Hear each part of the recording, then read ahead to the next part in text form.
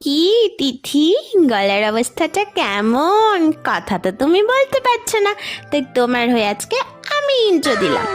High, আমি হলাম তিথি। তিথির আর একটা নতুন ব্লগে তোমাদের সবাইকে ওয়েলকাম।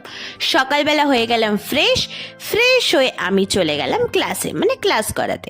আমি ওকে ক্লাস করাচ্ছি আজকে। আজকে আমাদের ক্লাসের টপিক হলো অর্গানিক কোন কি করে বানাতে হয়, কি করে সেল করতে হয়, কি করে সব করতে হয় সেইটা।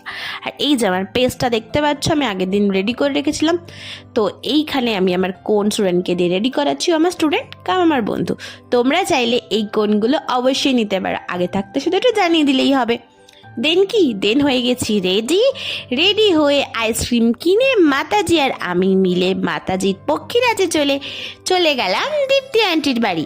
দীপ্তি আন্টির বাড়ি গিয়ে সবার আগে আমি বোজোকে করে নিলাম আদর, কারণ বোজো দিনকে দিন আরও মিষ্টি হয়ে যাচ্ছে। আফটার অল দ্যাট থিংস দেখছি বাইরে নাকি বৃষ্টি নেমেছে। বৃষ্টি দেখে তিথি তো পাগল হয়ে গেছে, তাই একটু বৃষ্টিতে চুকু করে নিয়েছে। দেন সবাই মিলে এখানে মজা করছি। আর এখানে দীপ্তি আন্টি গরম গরম আমাদেরকে কি ভেজে দিয়েছে জানো? লোটে মাছের চপ। এই যে লোটে মাছের চপ খেয়ে আমরা সবাই মিলে লাঞ্চ করলাম। লাঞ্চে অনেক কিছুই ছিল, আমি আর সব কিছু ক্লিপস আর নিইনি। দেন ভাইয়ের এই মাছ প্রদর্শনী দেখতে গেলাম, কিভাবে মাছকে ভাই খেতে দেয়। এইসব দেখতে দেখতে বোন আমি ভাই মিলে গেছিলাম একটু চা খেতে। চা খেয়ে বাড়ি এসেছিল একটা বুকিং, সেটা কমপ্লিট করে ডিনার করলাম।